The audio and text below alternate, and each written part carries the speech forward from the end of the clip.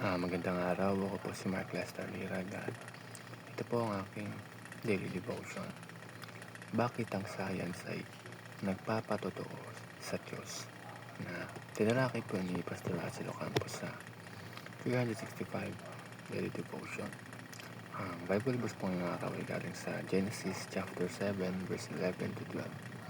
Ang sabi po ay, In the 600th year of Noah's life, in the second month, the 17th day of the month, the same day were all the fountains of the great deep broken up, and the windows of heaven were opened, and the rain was upon the earth 40 days and 40 nights.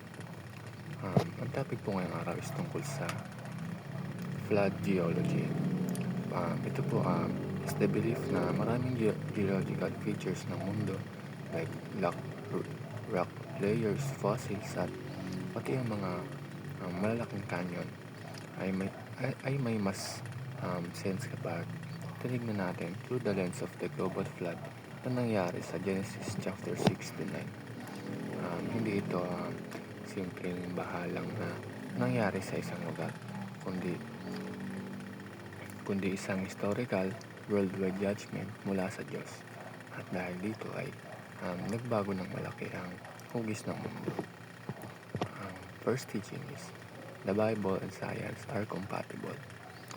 Alam niyo po ba na may misconception ng marami ngayon, lalo na sa modern education system, na parang kailangan mong mamili, paniniwala sa Diyos o paniniwala sa science. Pero ang totoo, hindi sila magkaaway. Kung totoo ang Diyos na lumikha ng mundo at totoo ang kanyang salita, then ang tunay na science ay mag-agree sa kanya. Flood geology is an example of that. Kapag nakita natin ang mga rock layers na parang nakastack na parang cake, o yung fossils na natatrap sa loob ng sediment, mas reasonable na isipin na nagkaroon ng big, fast, and powerful event, just like the flood, kaysa isipin na mabagal lang yan over million of years. Second teaching is, the flood explains fossil record and many more.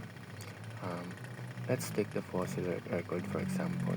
Alam niyo bang para mabuo ang isang fossil, dapat mabilis ang pagkakabaon sa lupa o sediment.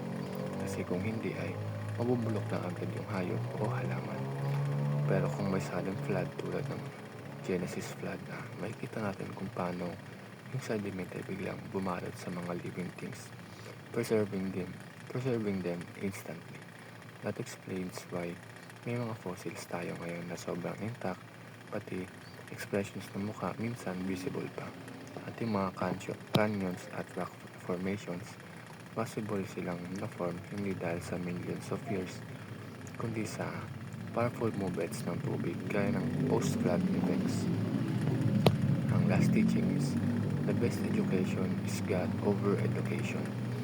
Huwag tayong matakot kung minsan ay parang iba ang tuturo ng science sa school kumpara sa Bible. Kasi ang tunay na karunungan ay galing sa Diyos.